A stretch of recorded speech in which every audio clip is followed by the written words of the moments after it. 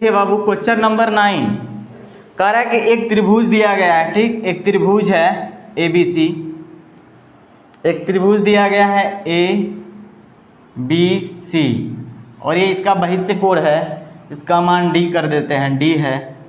ठीक, और ये दिया गया है बाबू कितना, 110 डिग्री। कितना दिया गया है, 110, और ये वाला दिया गया है 62 डिग्री। ठीक, तो आपसे पूछ रहा है बाबू कोण BAC, कोण BAC बराबर क्या होगा। आप देखिए कोण BAC मतलब कौन सा, BAC मतलब इस वाले एंगल को पूछ रहा है। तो आप बताइए बहिष्ठ कोण का मान सुदूर अंतःकोणों के योग के क्या बराबर होता है, 110। 110 डिग्री किसके बराबर होगा, तो यहाँ पे आप लिख सकते हैं कि जो कोण C होगा वो बराबर होगा कोण A प्लस कोण B के। तो आप बताइए कि इसका मान कितना दिया है, 110। कोण A का मान हमको नहीं पता है, x है। ठीक, कोण B का मान कितना दिया है बाबू, तो 62। आप बताओ कि 100 कोण x बराबर 110 माइनस 62 तो कितना होगा, 10 में से 2 गया तो कितना होगा 8, 10 में 6 48 आ जाएगा। कितना आ जाएगा बाबू, 48। तो x बराबर 48 डिग्री। ऑप्शन सा 20, 48 और क्या है बाबू 36 है। तो रिमाइंडर क्या बचता है, 13, 41, 29 बचता है। जो इसका रिमाइंडर बचता है, ध्यान से देखिएगा, रिमाइंडर क्या बचता है, रिमाइंडर बचता है 13, 41 और कितना बचता है रिमाइंडर, 29 बचता है। आपको एक बात करना याद रखिएगा कि इस वाले नंबर में और इस वाले नंबर के बीच अंतर कितना है, 7 का है। इस वाले नंबर में इस वाले नंबर के बीच अंतर कितने का है, 7 का है। इस वाले नंबर में इस नंबर के बीच अंतर कितने का है, 7 का है। मतलब फाइनली सभी नंबरों में जो ये नंबर दिया गया है 20 से भाग देते हैं तो 13 रिमाइंडर बचता है। तो संख्या में और रिमाइंडर के बीच अंतर कितने का, 7 का है। संख्या में रिमाइंडर के बीच अंतर कितने का है, 7 का है। संख्या में भी रिमाइंडर के बीच कितने अंतर का है, 7 का। तो हम क्या करेंगे, इसका LCM निकाल लेंगे। क्या करेंगे हम, LCM निकाल देंगे। जब इसका आप LCM निकालिएगा तो ये आपका देखिए 4 से तो टोटली नंबर चला जाएगा। तो आप ऐसा कीजिए कि 4 से ही ले लीजिए। 4 5 20, 12 चौके 48, 4 9 36। आप इसको क्या करिए कि 3 से ले लीजिए। तो ये 5, 3 चौके 12, 3 3 9। अब ये नहीं कटेगा तो ये देखिए 4 तिहाई 12 और ये 5 चौके 20, 20 तिहाई 60। मतलब 60 का अब 12 में मल्टीप्लाई करिए, 720 आ जाएगा। कितना आ जाएगा, 720 आ जाएगा। आपसे बाबू कहा है कि रिमाइंडर हमारा कितना बच रहा है, ये दोनों संख्याओं में गैप कितने का है, LCM आपका कितना आ गया, 720। आपका इसमें रिमाइंडर 13 बच रहा है, 41 बच रहा है, 29। और सभी रिमाइंडरों में कितने का अंतर है, समान अंतर है, 7 है। तो 7 क्या करेंगे हम इसमें सब्ट्रैक्ट कर देंगे तो यही आपका 713 क्या हो जाएगा, आंसर हो जाएगा। ऑप्शन नंबर टिक कर लीजिए दूसरा, ऑप्शन नंबर 2 आपका सही ऑप्शन।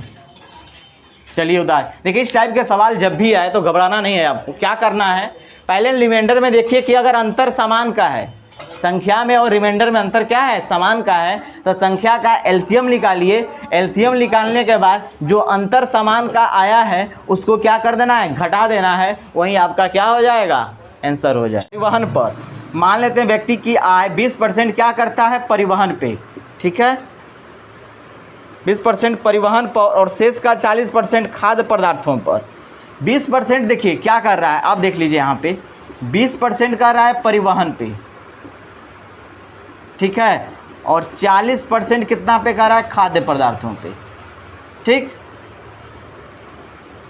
खाद्य पदार्थों पे व्यय करता है। यदि शेष राशि 9600 है, कह रहा है कि शेष राशि कितनी है बाबू, 9600 है पे है, तो उसकी आय ज्ञात करें। ना क्या किया, खर्च कर दिया। मतलब कि आप सोचिए ये 20% खर्च कर रहा है, मतलब कि अपने आय में घट रहा है उसका ना, तो ये डिक्रीजिंग परसेंटेज होगा। तो 20% का डिक्रीजिंग परसेंटेज क्या होगा बाबू, 20% बराबर होता है 1 बटा कितना, 20% बराबर होता है 1/5 फ्रैक्शन वैल्यू। जब इसका आप MF निगेटिव निकालेंगे, क्या निकालेंगे, MF निगेटिव निकालेंगे, तो ये 4/5 हो जाएगा। ये कितना हो जाएगा 20% डिक्रीजिंग, मतलब 4/5।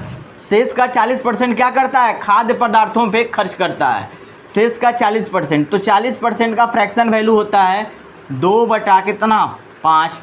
और यहाँ पे भी खर्च ही कर रहा है ना, तो ये भी हमारा क्या होगा, MF निगेटिव होगा।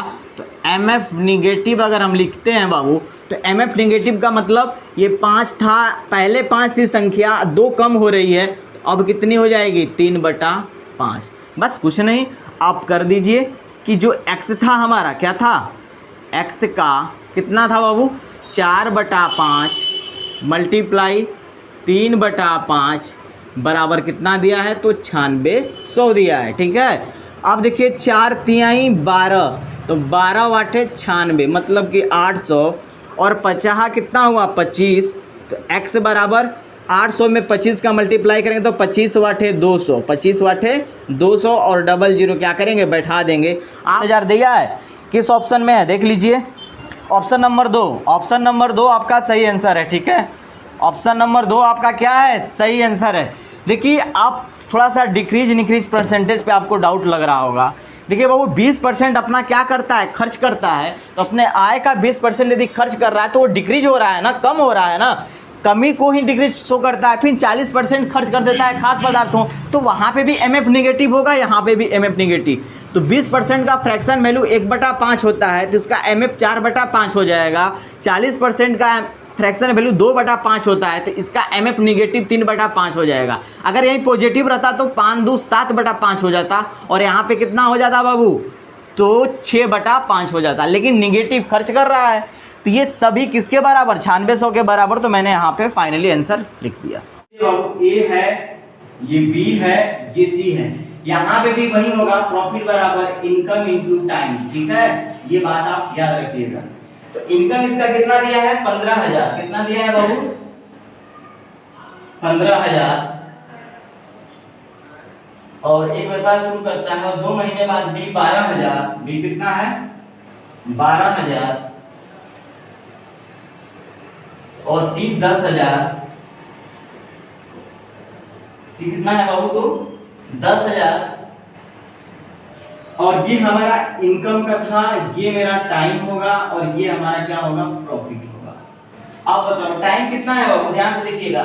ये 1200 रुपए के साथ एक व्यापार शुरू करता है और 2 महीने बाद B 1200 रुपए के साथ इतना व्यापार शामिल हो जाता है, और B 2 महीने बाद तीसरा व्यक्ति इतना रुपए साथ व्यापार में शामिल हो जाता है। 1 वर्ष के बाद, 1 वर्ष मतलब कि ये A वाला तो 12 मंथ पूरा काम किया है, लेकिन B क्या किया है 2 मंथ बाद आया है, इसका मतलब कि 10 मंथ पे आया है। C इसके 2 मंथ बाद आया है, इसका मतलब कि 8 मंथ पे आया है ये। ठीक, आप दिखाइए यहाँ से 3 जीरो से 3 जीरो खत्म होंगे, यहाँ से भी 3 जीरो खत्म हो जाएंगे। ठीक है, और चाहो तो आप इसमें से और छोटा कर सकते हो तो कर सकते थे, यहाँ से भी चाहो तो छोटा कर लो। 2 चौके 2 छक्का 12, 2 पाँचे 10, 2 चौके 8। ठीक है, छोटा हो गया। 15 छक्का 90, 12 5 60, 10 छक्का 40।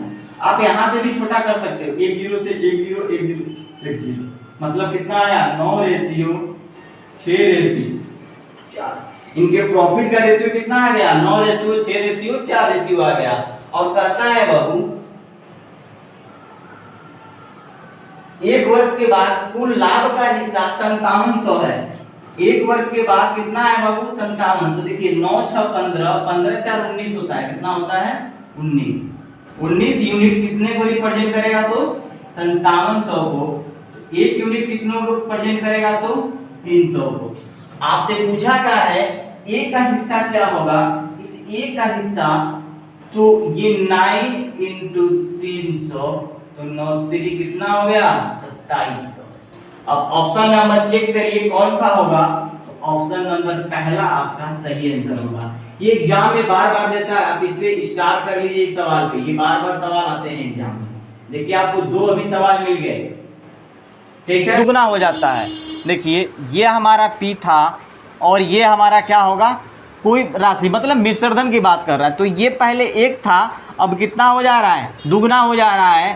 तो आप बताओ कि SI मेरा कितना होगा, मतलब इस 2 में से 1 को घटा देंगे तो 1 आ जाएगा ना, तो यही मेरा SI होगा। अरे 2 में से 1 को घटा देंगे तो SI हो जाएगा, क्योंकि SI बराबर क्या होता है हमारा, SI बराबर फाइनली क्या होता है, A माइनस पी होता है। A माइनस पी मतलब इसको इसमें से घटा दिए तो निकल जाएगा ना, एक मेरा SI हो गया। आप बताओ कि SI बराबर हम फार्मूला क्या जानते हैं बाबू, तो PR/100। अब बताओ SI का मान तो 1 दिया गया है, लेकिन P का मान भी कितना दिया है 1, R का मान हमको निकालना है और 2 वर्ष दिया गया है, समय कितना दिया गया है 2 वर्ष। तो आप बताओ 2 से घटा देंगे तो 50, तो R बराबर कितना आ गया 50%। R का मान कितना मिल गया 50%। अब आपसे क्या कहता है बाबू, और दूसरी बात 50% का फ्रैक्शन वैल्यू कितना होगा, तो 1/2 होगा, याद रखिएगा कि समय के लिए समान मूलधन पे समान ब्याज पे CI क्या होगा। आपसे पूछ रहा है कि CI क्या होगा। तो सोचिए कि हमारा मूलधन क्या था 1 रुपया था, इसको 2 वर्ष के लिए मुझे CI निकालना है। क्या निकालना है CI, ये पहला साल, ये क्या होगा मेरा दूसरा साल। और जो हमारा R है वो 50% का फ्रैक्शन वैल्यू 1/2 है। तो मैं बोला हूँ कि पहला साल का अगर आपको SI निकालना है तो क्या करना पड़ेगा, P इंटू फ्रैक्शन वैल्यू से डायरेक्टली मल्टीप्लाई। तो P तो हमारा 1 था, आप सोचो P हमारा 1 है, उसको 1/2 से मल्टीप्लाई करेंगे तो क्या मिलेगा 1/2। अगर पहले साल का साधारण ब्याज जितना है तो दूसरा साल भी साधारण ब्याज क्या मिलेगा, उतना ही मिलेगा 1/2। अब देखिए, अब इंटरेस्ट पे इंटरेस्ट जुड़ता है। तो अब देखते हैं दूसरा साल में, दूसरा साल के पहले 1/2 था, 1/2 था, तो 1/2 धन पे 1/2 इंटरेस्ट से मल्टीप्लाई करेंगे तो फाइनली 1/4 आएगा। ये क्या मिलेगा बाबू 1/4 मिलेगा। 1/4 को अगर हम तोड़ेंगे पॉइंट में, तो 1/4 को तोड़ेंगे तो 0.25 क्या होगा, फ्रैक्शन वैल्यू होगा। आप सोचो, अब हमसे पूछा है कि टोटल CI पूछ रहा है, तो टोटल CI के लिए क्या होगा, यही ना होगा, टोटल CI यही होगा। अब देख लो SI जोड़ लो तो 1/2 और 1/2 जोड़ोगे तो क्या आएगा, 1 ही आ जाएगा। देख लो SI भी हमारा क्या था, 1 ही था ना, SI 1 था ना, यहाँ पे 1 मिल गया। तो ये हमारा टोटल CI कितना आ गया, टोटल CI हमारा आ जाएगा 1/2, तो ये 1 हो जाएगा, प्लस ये 0 पॉइंट कितना हो जाएगा 2, ये कितना है 1 आ जाएगा। तो 1 + 0.25 बराबर 1.25। ए पूछ रहा है तो ए बराबर होता है CI प्लस कितना होता है, तो P होता है। तो आप बताओ CI कितना है हमारा बाबू, CI तो हमारा आ गया 1.25 प्लस P कितना है, तो 1 है, बराबर 2.25। स्वयं का कितना गुना है, मतलब स्वयं जो मूलधन है उसका कितना गुना है, ये 1 का 2.5 गुना है। कितना गुना है बाबू, 1 का 2.25 गुना है। कितना है 2.25 गुना है। आपका ऑप्शन नंबर कौन सा होगा, ऑप्शन नंबर पहला आपका सही आंसर होगा। एक बार मैं दोबारा समझा देता हूँ। कह रहा है कि कोई धन है, ठीक है, 2 वर्षों में क्या होता है बाबू कि दुगना हो जाता है। 2 वर्ष में क्या होता है, दुगना हो जाता है। सो मान लेते हैं पहले अगर मूलधन मेरा P है तो मिश्रधन हमारा 2 है, ठीक है, तो SI कितना हो जाएगा, 1 हो जाएगा। आप देखो कह रहा है बाबू SI बराबर PR/100, ठीक। तो मैंने फार्मूला यहाँ से लिखा, SI का मान 1 रखा, P का मान 1 रखा, R नहीं पता था लेकिन समय तो पता था 2200। जब इन समूह कटाएंगे तो R बराबर 50% आ गया। 50% का फ्रैक्शन वैल्यू 1/2 होता है, ठीक। अब हमारा मूलधन क्या था बाबू, तो मूलधन हमारा क्या था, 1 रुपया था। 1 रुपया का अगर हम बोलते हैं कि पहला साल का क्या होता है हमारा SI, पहला साल का SI का फार्मूला क्या होता है, डायरेक्टली मैंने आपको बताया था कि सिर्फ PR होगा। क्या होगा, तो PR होगा। जब फ्रैक्शन में आप लिख देंगे तो फ्रैक्शन में मैंने लिख दिया था। तो आप बताओ 1 को आप क्या करोगे, 1 को 1/2 से मल्टीप्लाई करोगे तो 1/2 ही ना आएगा, 1/2 हो गया। आप जानते हो कि पहले साल अगर SI हमारा 1/2 है तो दूसरे साल भी हमको उतना ही का ब्याज मिलेगा, मतलब 1/2 ही होगा। आप देखते हैं अब हम दूसरा साल आप बात करते हैं। पहला हो गया साल का SI और पहले साल का CI आपस में क्या होते हैं, इक्वल होते हैं, तो 1/2 तो 1/2 ही रहेगा। अब फिर क्या करेंगे, इसको तोप लेंगे दूसरा साल, इसके पीछे कोई धन है तो 1 ही मान दिख रहा है, तो 1/2 को जब 1/2 से मल्टीप्लाई करेंगे कितना है, 1/4 आ गया। इसको पॉइंट में लिखेंगे 0.25, तो CI निकाल देंगे तो 1 + 0.25 बराबर 1.25 हो गया।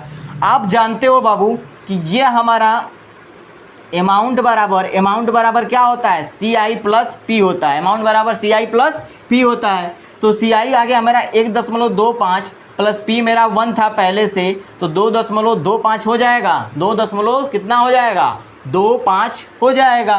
तो आप बताओ बाबू कि ये पूछ रहा है कि ये दो जो हम आपका मिश्रधन जो अमाउंट आया है वो मूलधन का कितना गुना है। तो मूलधन का 1 है, इसमें 1 का इतने से मल्टीप्लाई करेंगे तभी ना इतना आएगा। तो हम लिख सकते हैं कि मूलधन का कितना गुना है, तो 2.25 गुना है, जो कि ऑप्शन नंबर 1 आपका क्या होगा, सही आंसर होगा। ठीक है गाइस, आज की क्लास यहीं तक रखते हैं। अगर वीडियो आपको वाकई में अच्छा लगता है तो प्लीज़ इसे लाइक शेयर सब्सक्राइब करें। दोस्तों सबसे पहले तो चैनल सब्सक्राइब करें, फिर लाइक कमेंट और शेयर करें, और हाँ, हमारा एंड्रॉयड ऐप डाउनलोड करना ना भूलें।